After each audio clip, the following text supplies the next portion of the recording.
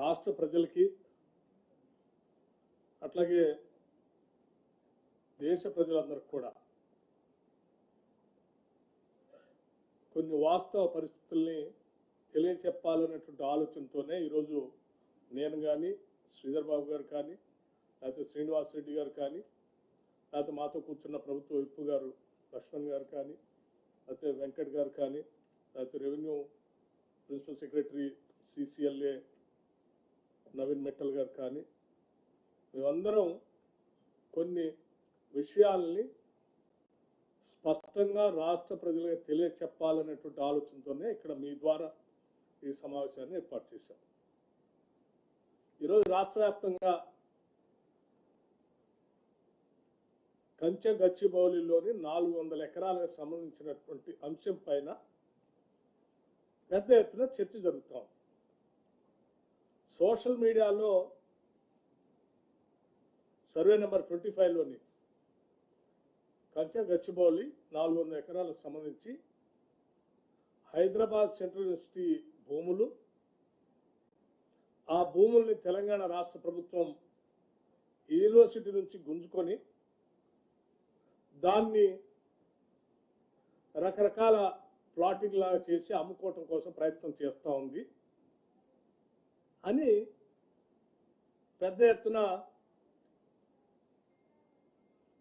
ప్రచారం జరుగుతూ ఉంది. సోషల్ మీడియాలో సర్క్యులేట్ కూడా చేస్తూ ఉన్నారు.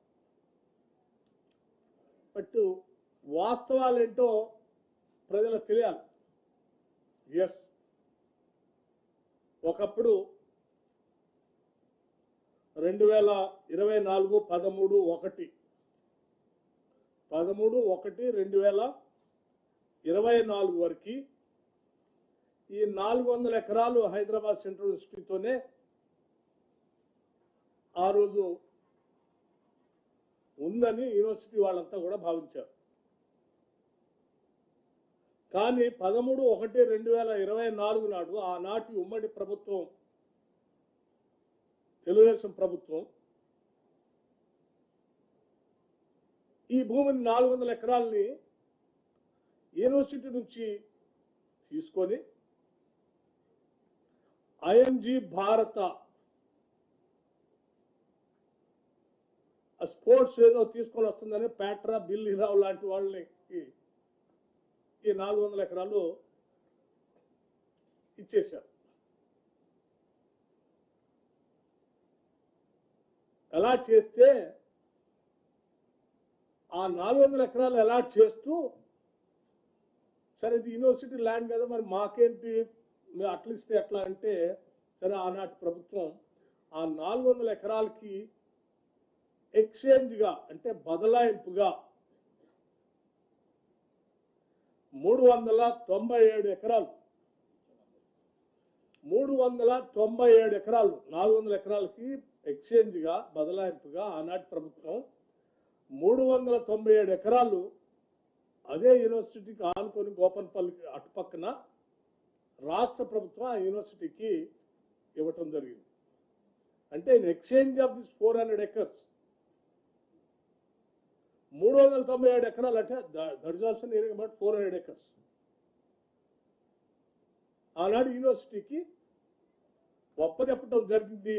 దానికి సంబంధించిన ఆనాటి పంచనామా పేపర్లు కూడా, అంటే రాష్ట్ర ప్రభుత్వానికి సంబంధించిన అధికారులు, రెవెన్యూ అధికారులు, యూనివర్సిటీ అధికారులు కలిసి సంతకం పెట్టినటువంటి కాపీలకు సంబంధించిన సమాచారాన్ని, అంటే రాష్ట్ర ప్రభుత్వ రికార్డ్స్లో ఉంది,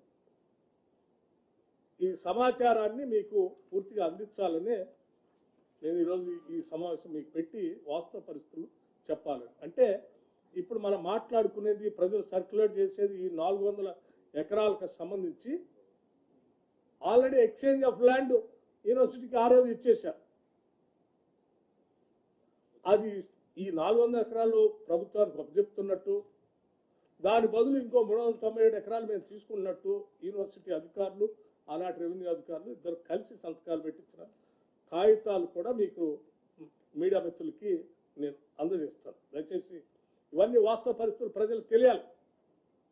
ఎందుకంటే అబద్ధాలు మీదనే బతుకుతున్నటువంటి కొన్ని రాజకీయ పార్టీలు అడ్డగోలు సమాచారాన్ని ఏదో రాష్ట్ర ప్రజలకు ఇచ్చి ఓ తప్పుడు ప్రచారం చేసే ప్రక్రియకి పెద్ద ఎత్తున తెరలేపారు.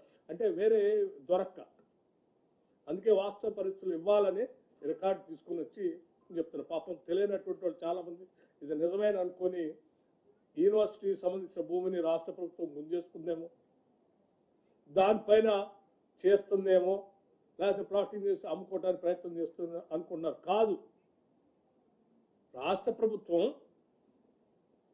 ఆనాటి ప్రభుత్వం సరే ఎక్స్చేంజ్లో ఆ ల్యాండ్ యూనివర్సిటీకి వస్తే యూనివర్సిటీ వాళ్ళు బాగానే ఉన్నారు, వాళ్ళ ల్యాండ్ వాళ్ళకి వచ్చింది. కానీ ఈ 400 ఎకరాలు ఎక్కడ పోయింది? ప్యాట్రా బిల్లీరావు అనేటువంటి ఐఎంజీ భారత్ అని ఒక ఫ్రాడ్ కంపెనీకి పోయింది. అరే ఇది రాష్ట్ర ప్రజల ఆస్తి సొమ్ము కదా, ఈ ఆస్తి ప్రజలకే ఉండాలి, రాష్ట్రాలకే ఉండాలి కదా అని ఆ తర్వాత వచ్చినటువంటి కాంగ్రెస్ ప్రభుత్వం రాజశేఖర రెడ్డి గారి నాయకత్వంలో ఈ అలాట్మెంట్ ప్రైవేటు వ్యక్తులకు అలాట్ చేసినటువంటి భూమి రాష్ట్ర సొమ్ము, రాష్ట్ర ఆస్తి, ఈ ప్రజలకే ఉండాలి. ఇది అటువంటి ప్యాట్రా బిల్లీరావు లాంటి ఐఎంజీ భారత స్పోర్ట్స్లో పోతే ఎట్లా అని వారు 21/11/2006 నాడు ఆనాటి కాంగ్రెస్ ప్రభుత్వం దీన్ని క్యాన్సిల్ చేసింది.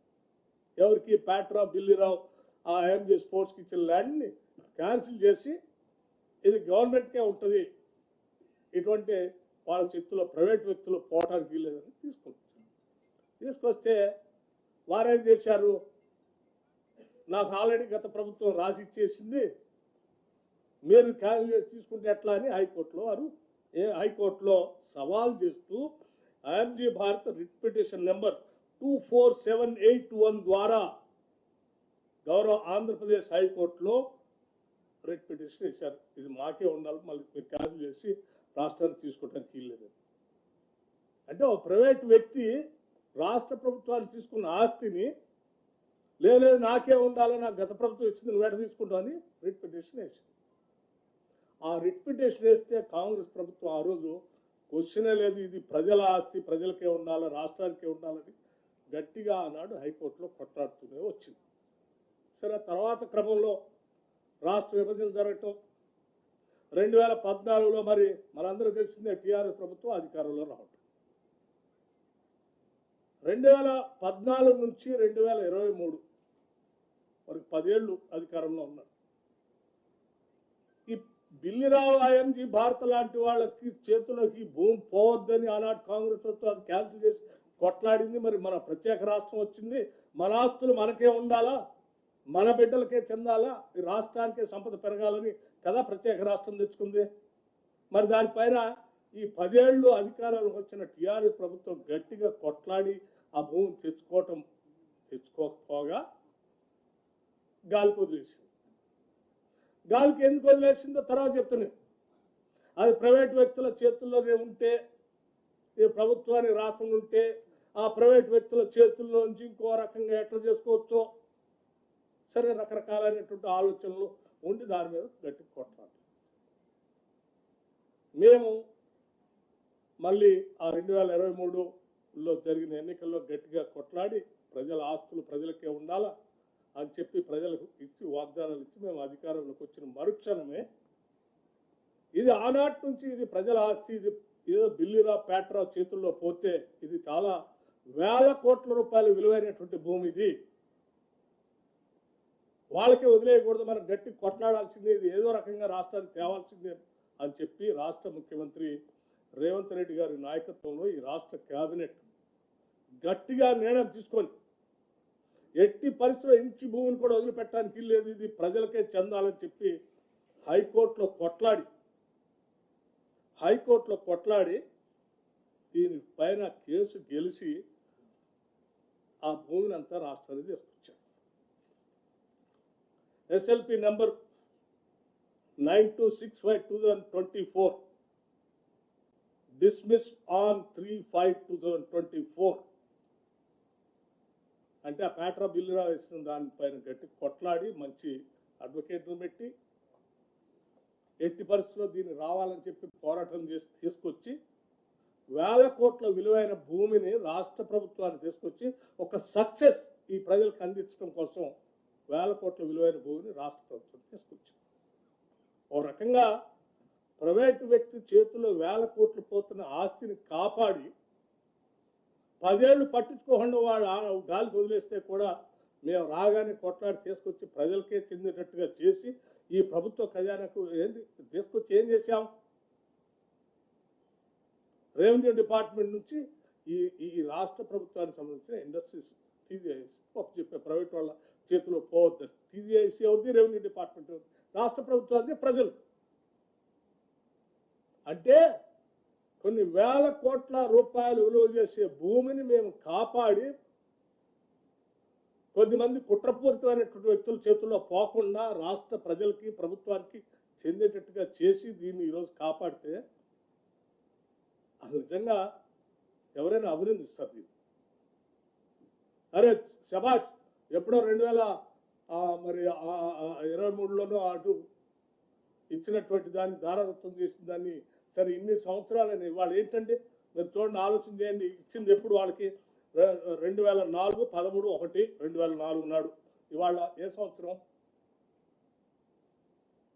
ఇన్ని సంవత్సరాల మధ్యలో పోరాటం చేసిన ప్రభుత్వం విభజన జరిగితే 10 ఏళ్ళు పరిపాలన గాలి వదిలేస్తే మేము రాగానే కొట్లాడి ఎట్టి పరిస్థితులు దీనికి ఉండాలని తీసుకొస్తే వచ్చిన భూమి మళ్ళీ వ్యక్తుల చేతుల్లో పోనీయకుండా ప్రభుత్వ సంస్థలు వ్యవస్థల చేతుల్లోని పెట్టి దీన్ని ఏదో రకంగా ఈ రాష్ట్ర ప్రజలకే ఒక ఆస్తిని సృష్టించాలని మేము ప్రయత్నం చేస్తున్నాం. ఎందుకంటే ఈ రాష్ట్రము కొన్ని సంవత్సరాల పాటు పోరాటం చేసింది అస్తిత్వం కోసం, ఆత్మగౌరవం కోసం. దశాబ్దాల పాటు ఈ రాష్ట్ర యువత మన రాష్ట్రం మనకు వస్తే ఉద్యోగాలు వస్తాయని ఆశపడి ఉద్యోగాల కల్పన కోసం పెద్ద ఎత్తున మన ప్రత్యేక రాష్ట్రం ఉంటే మనందరికి ఉద్యోగాలు వస్తాయని తాపత్రయంతో పోరాటం చేసి రాష్ట్రం తెచ్చుకుంటే వాళ్ళందరికీ 10 ఏళ్ళు ఉద్యోగాలు కల్పించలేక గాలికి వదిలేస్తే బాధపడుతున్న నిరుద్యోగ యువతీ యువకులకి మనం ఇటు ప్రభుత్వ పరంగా ఉద్యోగ అవకాశాలు కల్పించడమే కాదు, ప్రైవేట్ పరంగా కూడా కొన్ని ఇంటర్నేషనల్ స్టాండర్డ్లో ఉన్నటువంటి వ్యవస్థలు తీసుకొని వాళ్ళందరికీ ఉద్యోగ అవకాశాలు వచ్చేటట్టుగా ఒక పక్కన ఆస్తిని సృష్టిస్తూనే ఇంకో పక్కన లక్షలాది మంది నిరుద్యోగ యువత యువకులకి ఉద్యోగ అవకాశాలు కల్పించాలని మేము తాపత్రయపడి పనిచేస్తా ఉన్నాం. ఇందులో మా స్వార్థం కానీ లేకపోతే మా మంత్రివర్గ సహచరుల స్వార్థం కానీ లేకపోతే ముఖ్యమంత్రి రేవంత్ రెడ్డి గారి స్వార్థం కానీ వ్యక్తిగతంగా దీన్ని వాడుకునేది లేదు. ఈ రాష్ట్ర యువత కోసం, రాష్ట్ర ప్రజల కోసం వాడుతున్నట్టు వాళ్ళు ఒక్కసారి ఆలోచన. ఆ రోజుల్లో హైటెక్ సిటీకి ఆనాటి ముఖ్యమంత్రి నేదురుమల జనార్దన్ రెడ్డి గారు, రాజీవ్ గాంధీ గారి ఆలోచన మేరకు కంప్యూటర్ రెవల్యూషన్ ఈ దేశంలో కూడా తీసుకొని రావాలని చెప్పి వారు ఫౌండేషన్ వేసి ఆ తర్వాత వచ్చినటువంటి ప్రభుత్వాలు వాటి కంటిన్యూ చేస్తే ఇవాళ మనం హైటెక్ సిటీ ఫేజ్ 1, హైటెక్ సిటీ ఫేజ్ 2, ఆ తర్వాత ఫైనాన్షియల్ సిటీ, ఆ తర్వాత నాలెడ్జ్ సిటీ, ఇవన్నీ రావటం వల్ల లక్షలాది కోట్ల రూపాయలు ఇక్కడ ఇన్వెస్ట్మెంట్స్ వచ్చినాయి. అవన్నీ ఇన్వెస్ట్మెంట్స్తో వచ్చినటువంటి సంస్థల వ్యవస్థల ద్వారా లక్షలాది మంది నిరుద్యోగ యువతి యువకులకి ఈరోజు హైదరాబాద్లో ఉద్యోగ అవకాశాలు దొరుకుతున్నాయి. వాళ్ళ వెనుక ఆ రోజుల్లో మరి వీటన్నిటిని ఆలోచించకుండా వదిలేసిపోయి ఉంటే ఈరోజు మన పరిస్థితి ఏంది? ఇవాళ హైదరాబాద్ గ్లోబల్ సిటీగా మారింది. హైదరాబాద్ నగరంలో పెద్ద ఎత్తున లక్షలాది మంది ఉద్యోగ అవకాశాలు దొరుకుతున్నాయి కదా. కదా రాష్ట్ర వ్యాప్తంగా అనేక ప్రాంతాల నుంచి నిరుద్యోగ యువత హైదరాబాద్కు వచ్చి ఉద్యోగ అవకాశాలు ఎత్తుకునేది. దీన్ని మనం ముందుకు తీసుకొని వెళ్ళాలి కదా. ఎవరో ప్రైవేటు వ్యక్తి చేతుల్లో పోయిన 400 ఎకరాలు కాపాడి అక్కడ కూడా ఇటువంటి సాఫ్ట్వేర్ ఇండస్ట్రీస్ సంబంధించినటువంటి మన నిరుద్యోగ యువతి యువకులకి చదువుకుని యూనివర్సిటీస్ నుంచి చదువుకొని బయటకు వచ్చేటువంటి నిరుద్యోగ యువతి యువకులకి మంచి ఉద్యోగ అవకాశాలు దొరికేటట్టుగా ఒక ఇంటర్నేషనల్ సంబంధించినటువంటి సాఫ్ట్వేర్ ఇండస్ట్రీస్ తీసుకొచ్చి అక్కడ ఏర్పాటు చేయడం కోసం ప్రయత్నం చేస్తే వాళ్ళందరికీ మళ్ళీ ఉద్యోగ అవకాశాలు వస్తాయి కదా అని ఆలోచనతో మేము చేస్తున్నాం తప్ప వేరే ఆలోచనే లేదు ఇక్కడ మాకు. మేము చేసే ప్రతి పని రాష్ట్రానికి ఆస్తులను ఎట్లా సృష్టించడం, సంపదను ఎట్లా పెంచడం, తద్వారా ఈ రాష్ట్రంలో ఉన్న నిరుద్యోగ యువతి యువకులకి ఉద్యోగ అవకాశాలు ఎట్లా కల్పించడం అనేది తప్ప వేరే ఆలోచన లేదు. కానీ ఇదంతా చేస్తూ ఉంటే ఇవన్నీ చెప్తే జనం వాళ్ళని తిడతారు కాబట్టి కొద్ది మంది కుట్రదారులు రాజకీయపరమైన కుట్రతో ఆ రోజుల్లో 10 సంవత్సరాలు ఏ రకంగా అయితే ఆ ప్రైవేట్ వ్యక్తి చేతిలో ఉన్నటువంటి భూమిని కాపాడటం కోసం హైకోర్టులో కొట్లాడి తీసుకురావటం కోసం ప్రయత్నం చేయకుండా వదిలేసినటువంటి ప్రభుత్వాలకు సంబంధించిన వ్యక్తులు ఈరోజు తగుదినమ్మా అని బయటకు వచ్చి ఇవాళ పెద్ద ఎత్తున యూనివర్సిటీ భూములన్నింటి యూనివర్సిటీ భూములు ఇది వాస్తవాలు చెప్పాలి, ఇది యూనివర్సిటీ భూములు కాదు. ఇది యూనివర్సిటీ భూమిని మేము ఎందుకు ఉంచుకుంటాం? ఇప్పుడే శ్రీధర్ బాబు గారు చెప్పారు, యూనివర్సిటీకి సంబంధించి ఇంచి భూమిని కూడా మేము ముట్టుకోము. ఆ యూనివర్సిటీ అలాగే అక్కడ చదువుకున్న విద్యార్థులుగా చెప్తున్నాం, మాకు కూడా ఎమోషనల్ బాండేజ్ ఉంది ఆ యూనివర్సిటీతో.